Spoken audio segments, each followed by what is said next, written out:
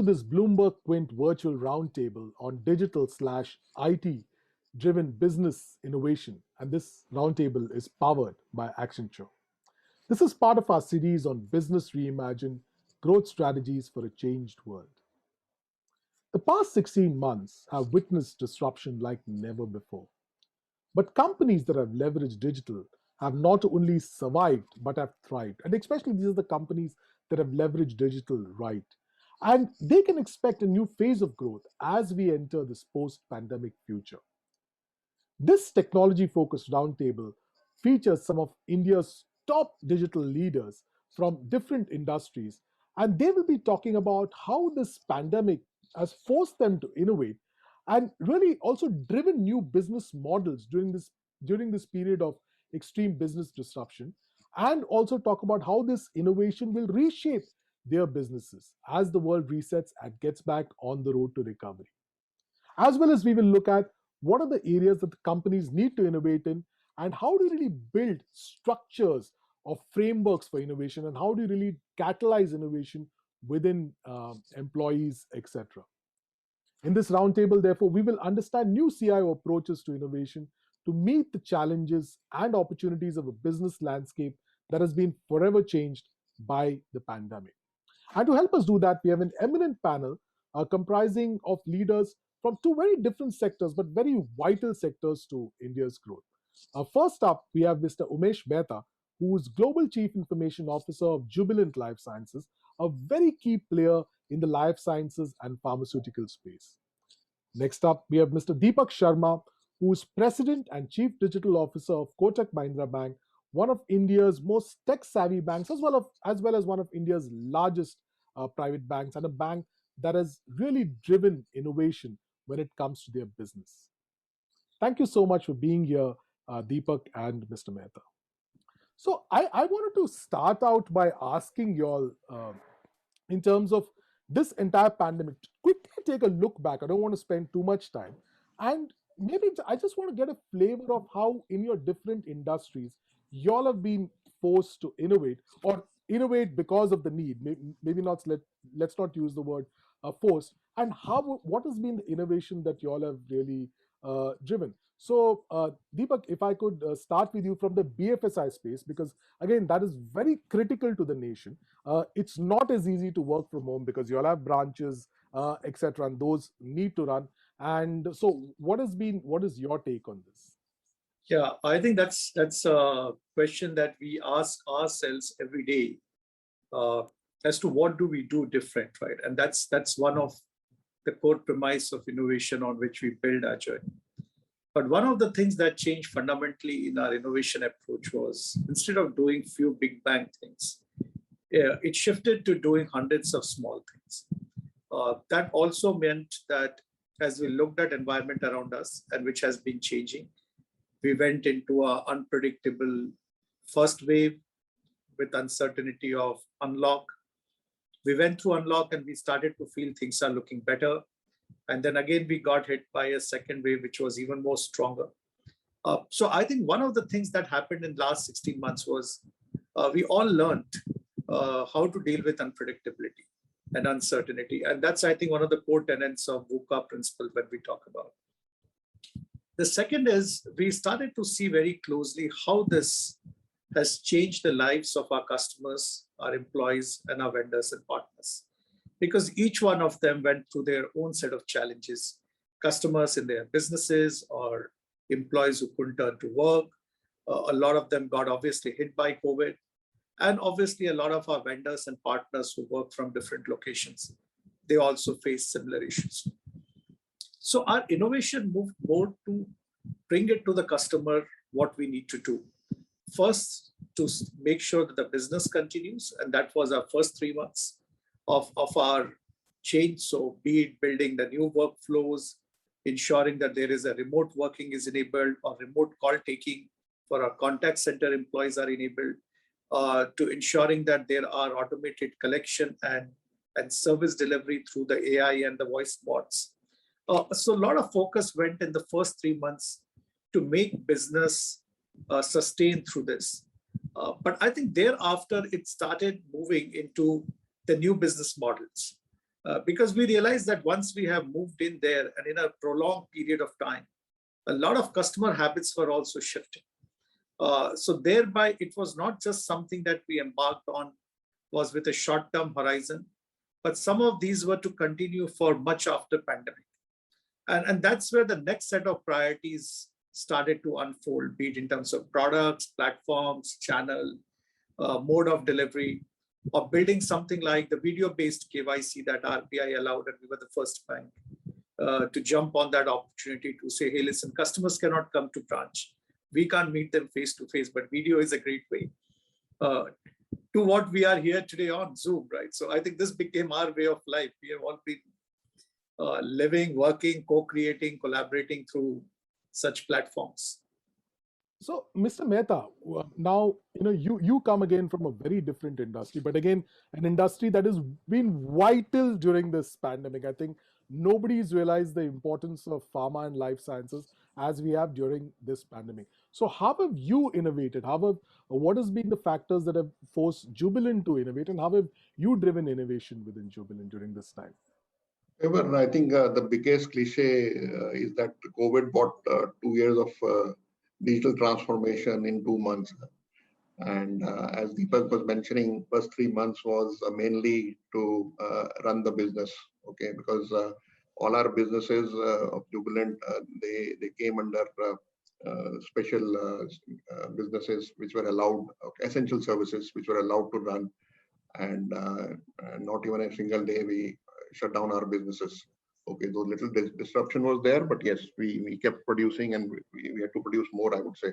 So during the pandemic, the requirement of medicines and was all-time high, I would say, and the ingredients which which goes into the medicine. So first 3 months, we actually ran the business remotely, okay, and we had. Fortunately, all the technologies, tools available that time for working remotely. So we had invested into cloud heavily. So all our major applications, critical applications were already on cloud. Networks were in place. The only thing what we had to do was to increase our bandwidth in terms of the VPNs and all. So that we could do very quickly. And so we ensure that the business runs, and then once it is stabilized, then new ways of working, because now the way we used to engage with our customer was mostly physical meetings used to happen, but now everything went virtual. So we standardize on the SOPs that, okay, what should be a Zoom meeting look like? Okay, what kind of background, what kind of task we should have, or what minutes of the meeting, how do we capture those minutes of the meeting? How do we create tasks out of that? We use a CRM application, renowned CRM application. So we customize that to engage with our customers, and the plant operations were running as is. In fact, during this pandemic, we came out with 2 new business lines. One was on the remdesivir. So we actually got the license to manufacture remdesivir from Gilead, and within a record time of 3 months, we could bring out that medicine to the market. That's what a remarkable achievement, I would say. We also started our sanitizer business. Okay, it's sort of forward integration of our ethanol business. So we did that, and it was all remote. It was all remote. So that's how we actually innovated the new ways of working, collaborating, okay, within our own teams, also with the customers, and also looking at our supply chains. So, Mr. Mehta, I just wanted to ask you now, out of all this change, right, there is a lot of change, and some will hopefully get rolled back, right, as life goes back to normal. But what are some of the disruption-driven change that you see as permanent in this new normal that we are in? You made it. Yeah. So permanent would be said now. There'll be the meetings. The customer meetings will never go to 100% physical. So it will be 60-40, I would say. 60 still in person and 40 still virtual. Travel will come down, okay, customer meetings. So it will not be digital, so it will be phygital, kind of. So physical and digital, combination of both. That's how it is going to go, and that is not going to change. Okay, and in this pandemic, a lot of automation has taken place. So those automations, whatever automations we have done in our plants, in our operations, in our processes, so those will continue, and those will never, because a lot of automation happened, workflow applications. So we developed, and as we speak, our plates are full, and so a lot of demand of digitalization or digital transformation in terms of processes. So that came in, and we delivered also. And I feel that is not going to stop there. The demand will be more. So it accelerated during the COVID, but it will be more, and it will not go back. Okay, so we will never go back to the manual ways of working. That's very interesting on so many levels. Deepak, I wanted to ask the same question to you, because also, you come from banking, where some things have to remain the same, but also these new things that you all have done, right? This again, KYC, that's without the old way, etc. So what do you see as some of the things that will become permanent in this new normal, and how do you see the new future of work, right? As a digital leader in one of India's most respected banks with thousands of people, how do you see the new future of work, and therefore the role of technology and the CIO in driving innovation for your massive employee base? No, so I would say this is the new normal. I mean, I would stick my neck out and say that, because why would you change? That's a fundamental question and I think I asked this. I mean, why would you go back when you think that your productivity, your efficiency, your ability to run things, at least the positives are far stronger than some negative? Because I remember 6 months back, people said, no, for everything else it's good, but not for innovation. There you need to huddle and you need people in the room. But now today you find some amazing software where you can create virtual rooms. You can start doing your huddles, you can do ideations, and people come out with wonderful designs, prototypes, and they start building it, even though they are sitting in different parts of the country. Also, I think the way I see it, businesses are either going to be fully digital or largely digital enabled. Obviously, like Jubilant, you will still have the medicine, but I think, like Meshi rightly said, a lot of technology is fast tracking, be it automation or be it probably deploying a lot of batch tracking. And I think every single business that I see around, what could have happened probably in 3 to 5 years has happened in about 12 to 16 months. And those gains, nobody is going to reverse back. I think we have, the second thing is customers. Businesses like financial service. Customers have started to get comfortable in this new normal. And they are questioning that if I have to talk to my relationship manager for 10 minutes, why do I have to plan a 45 minutes travel to a bank branch or probably invite somebody home? I can talk to my relationship manager even when I'm on a holiday. All you need is to connect through a video platform. Or probably a lot of our customers started to interact with chatbots in large number when pandemic started, and they continue to grow. Because a lot of them said, no, somebody's there to talk to. Why do I need a bot? And I think that was the inertia customers had prior to this. But then you realize that a lot of employees couldn't turn up, the contact center employees during peak of pandemic. Customers started to discover alternatives. And as long as I think the alternatives that customers discover during this period are really good, I doubt very much why would they go back. And I think some of those physical experiences have to become more richer in my mind for physical experiences to continue to be an important part of this. But a lot of experiences which are digital to the core will continue to grow much faster. And we have seen this even prior to pandemic. I think digital platforms grew manifold faster, be it a retailing or travel then the physical formats could scale up. So in my mind, I think that has started to happen, not just on pure internet-led or e-commerce-led businesses, but a lot of businesses which were seen as traditional or more of brick and mortar, as they started to transform digitally, like financial service. Today, more than 94% of our retail individual transaction happens outside our physical format. Okay. More than about 70-75% of the customers sign up for a bank account digitally. Now, my question to you is, if it takes me 5 minutes to sign up a bank account or open a new account digitally, why would I go back to physical? If I can do a transaction seamlessly with few simple clicks, why would I go back physical? And I think this is a fundamental question which is at the core of a change. I think COVID, in my mind, in many ways, was also an inflection point in change of customer habit, which otherwise doesn't happen very frequently. But I think at a stroke, everyone was looking at alternatives. Organizations as new way of working and delivering, consumers and a new way of getting served, the vendor ecosystem that they realize they can be anywhere in the country and still work, or even we probably today finding talent in cities and locations there where we never went to. Because it doesn't matter now whether you are in Mumbai or Bangalore or not. You can be anywhere as long as you have a good internet connectivity and you can stay connected.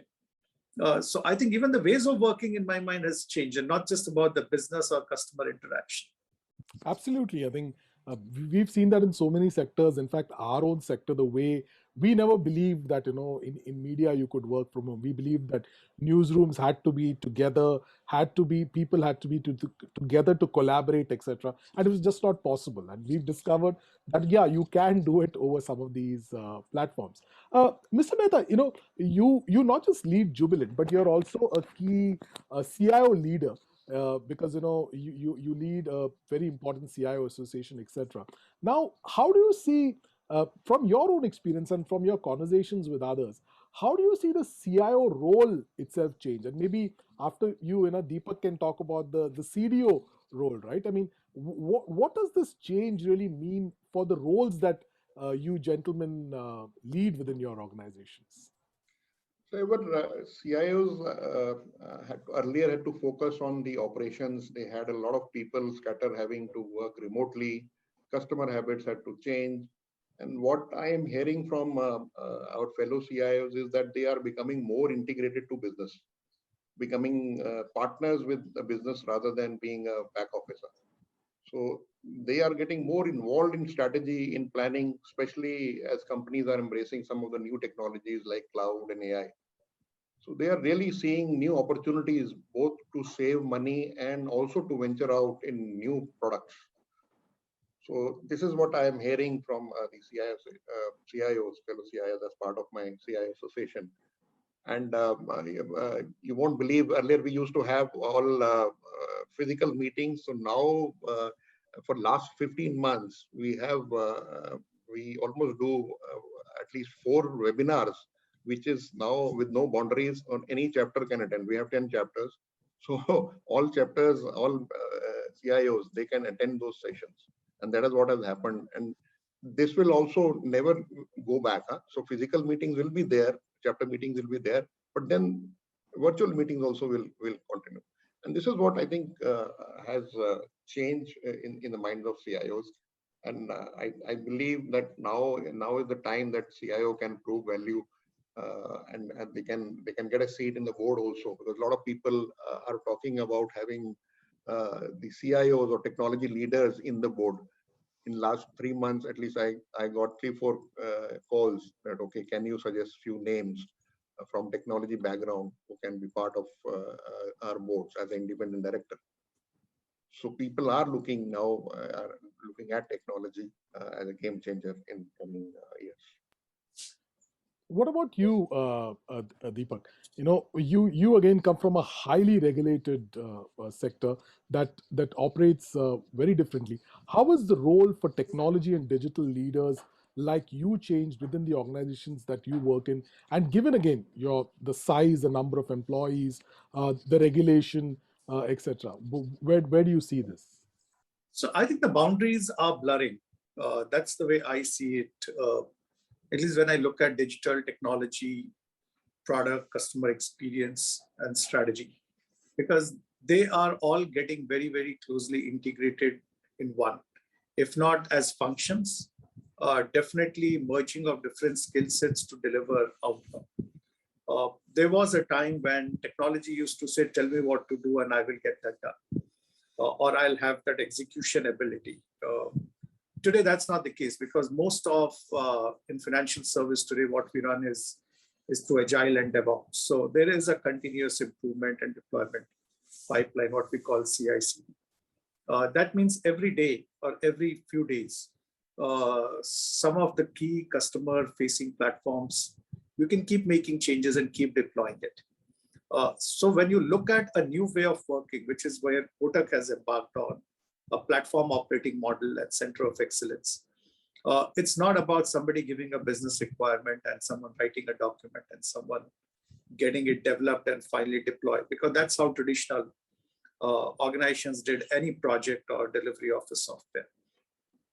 But today, if I think that this is what my customer insights are, and this is the change I need to do, today it's possible for one to design a prototype, do a A/B testing, get it developed and deployed in anywhere between 24 to 72 hours. So I think we are moving now to a much shorter cycles, and thereby it became even more important for different skill sets and functions to work together as what we call a pod. So pod is a collection of people of different skill sets. They work on a defined problem, and they are measured with collective outcome and successes. And I think as this starts to happen, obviously the role of technology itself has changed manifold, or the CIOs, because I mean, today when we talk of in financial service, security is one of the key focus areas. Data privacy is the other one. Building the new stack for authentication, migrating to cloud, relooking at the whole API and microservice stack for a faster development and deployment. DevSop, OPSEC. So I think if I start looking at it, a lot of this was there in some form and shape earlier, but it's also going through a massive transformation. So it's not just about the new ways of working or the new initiatives, but it's also about continuously upgrading and revamping technology, which businesses need to understand why this is required as much as technology needs to understand what's the business strategy or the roadmap. And I think that's why these organizations which are moving fast are far more aligned and integrated between strategy and the execution. And I would like to add to Deepak what Deepak said. Okay, so it is agile, as you know, grew out of the software development community, and as we were trying to figure out how to build these large software systems, but now it has become something I think it has embraced how across the corporate culture, it moves around corporate culture, and more generally, when you think about that, what CIOs have to do, they have to manage their products and infrastructure, not just for a digital point of view, but also they have to their supply chains also. So apart from IT professionals, or so the enterprise also have to adopt agile, keeping the customer in focus, at the center of their universe. So how do they resolve, or how do they give a better customer service using agile? Absolutely, sir. I think agile it's clearly it's moved far. It started out obviously in software. It's moved far beyond, and now it has to be in the DNA of organizations. And in fact, Deepak, I wanted to ask you, since we are discussing innovation, right? And you spoke about pods in your company. How to really catalyze, employee innovation? Because ultimately, it's your people who innovate. So how do you catalyze this innovation among your employees, and what has been your experience in Kotak Mahindra Bank? I think that's also not just about people, but it's largely also about culture. And I think one of the big factor that drives innovation at scale, and we have learned it over a period of time, is by making this everybody's job. Innovation is not a job of few people who are sitting and trying to figure out what needs to be done. Innovation has also moved from customer outside in for us. That means that continuously listening to customers through all our channels, interactions, to App Store, Play Store, social media. There are many ways, NPS, what we run, Net Promoter Score, where customers talk. And I think there are many listening posts. Each listening post is giving us enough and more insights of where customers are in their journey and how they connect with us or how they would like to connect with us. The second part, what we did was we also brought employee outside, because a lot of, I mean, we have 70,000 people, right? And most of them are in customer facing roles. They learn and they observe a lot more than what customers express directly through these channels. So say a teller sitting in the branch understands how a bearer who brings in a check or an instrument on behalf of a customer gets his service done. So a lot of such insights again has to come in the process. So for us, the whole culture of innovation moved around building enablers centrally. That's through the center of excellence, be it automation, workflow, customer journey redesign, and bring in all external stakeholders to be the owner of this. When I say external, these are customers, these are partners, and also, of course, employees. We launched something called Eureka. Eureka is our innovation portal.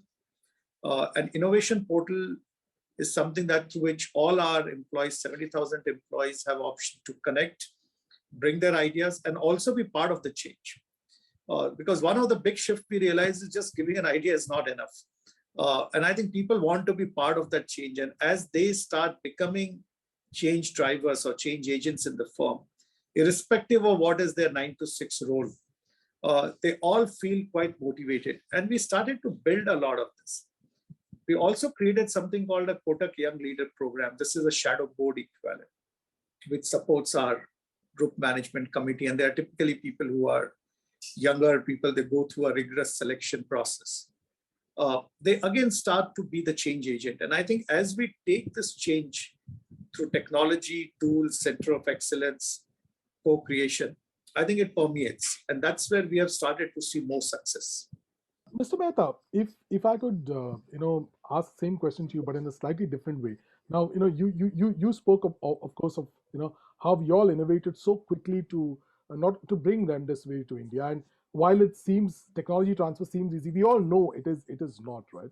I mean, the same quality, etc. And to do it in an extremely short period is extremely tough. So now, besides that and that other innovation you've driven, how have you all really gone about it? And what is your suggestion? Is it better to have a top-down approach, where the CIO, the technology leader, drives innovation supported by the business, or really push those bottom-up opportunities? What's your take on that? Well, I think it is both ways, and it should be top-down and bottom-ups also. Okay, and that's what we practice in Jubilant. Okay, so as Deepak was mentioning, so we also have a platform called Sanchaitana. So where we generate ideas from people down the line, so that and they give us the idea, because they are the people who are on the field or on the ground, and they are near to the customers, they're near to the manufacturing units. So they give those the ideas to us, and then obviously there is a process behind that, and we filter those processes, and when we scale it up, okay, depending upon the idea. And also, so one is that. The other is which is coming from top. So like we have to manufacture remdesivir was there. So these are ideas coming from board or from CEOs that okay, can we do some forward integration? So now we sanitizer is in great demand, so we can quickly make a sanitizer. So why don't we do that? Okay. So these are the ideas, and some ideas from the C-level organizations. How can I digitize my supply chain? What kind of initiatives I should take to digitize my supply chain? What kind of in finance, what kind of financial transformation I can do using RPAs, and bringing the cost down, and also not depending too much on the manpower. So these are so it's a mix of both top down and bottom up, and that's how it works. It can never work. One way, because the ownership has to be there. Even if you bring an idea from top, but unless and until you have ownership at the lowest level, so it won't fly. That initiative won't fly. So that thing is so So that culture, that top-down approach and bottom-up approach has to be there in the organization. Only then these kind of digital transformation initiatives can really give you the desired benefits. Well, thank you for explaining so eloquently, sir. Deepak, I wanted to move quickly into also, you already spoke about DevOps, etc. And again, one of the key reasons is, is that we often, when it comes to innovation, we need to move very rapidly from idea to action, right? I'm sure that was a need behind, taking KYC online. I mean, it wasn't that account opening stopped during this pandemic. They had to continue, but you had to find out a new way of ensuring that the most important the component, the regulatory component, was taken care of. So how do you really move rapidly from idea to action? Can we narrow the distance? And in a way, how do you build an architecture that kind of develops an innovation-led mindset? Do you have any thoughts on that? So I think picking few projects and moving fast is easy because you are able to mobilize a large, sufficient bandwidth, I would say, across stakeholders, and that's what happened in some of these initiatives. But I think the building it as a process on a sustainable basis is where the real challenge is. Because if as an organization you pursue hundreds of initiatives, and not all 100 can be urgent. Okay, so, and I think how do we create, and that's where these pods that I spoke to you about, agile pods and the self-sustaining team, by giving them empowerment becomes important. The other thing that we also look very closely when we drive fast are 2 or 3 key checks. One is on the risk, because at the financial service, risk lies at the core. So between risk, compliance, and security, these are the 3 non-negotiable things for any innovation that has to happen. And while we expect that the product and tech teams to understand this better, but obviously co-opting in these stakeholders at an early stage of a design or a development is extremely critical. So in the past, a lot of times these teams used to get involved at a very later stage, and then you realize you have a fair amount of rework to be done. But as they get co-opted in at the first stage, you are able to validate, you are able to rule out things that you can or you can't do. For example, deploying this whole solution of video KYC on cloud. Now, while there is a cloud-ready solution that can move you faster than doing it on-prem, but one needs to also understand what are the inherent risks of going to cloud, how are you going to secure your data, what will happen after the session is done, will you bring the data back here? And I think this is where you need the expertise at a product design and solutioning stage itself. And I think once you're able to crack that part of it, which is designing the core product along with all these stakeholders, then moving fast is not difficult. So I want to round this up, by really bringing the question that holds a lot of this innovation, these new technologies, the future of work all together, and that is often security. So I want to ask this question to both of you in terms of, how to really build this security mindset that really protects innovation, and how do you see this playing out, especially in the context of now even attacks like ransomware, etc., which have become very, very common today. We are at a whole new stage of security risk, also because of the way we work today. So hybrid work means to an extent greater risks, etc. So Mr. Mehta, if you could start, and Deepak, if you could close from your rich BFSI experience. See, with pandemic and with this remote work from home situation, okay, so there were no boundaries there. So now enterprise is a boundaryless enterprise now these days. Okay, and then we had to have technologies where the access to corporate applications are given in a secured way. So we deployed a couple of technologies, and actually hackers also took advantage of this work from home situation. So if you've seen that the number of attacks during the pandemic was almost 10 times.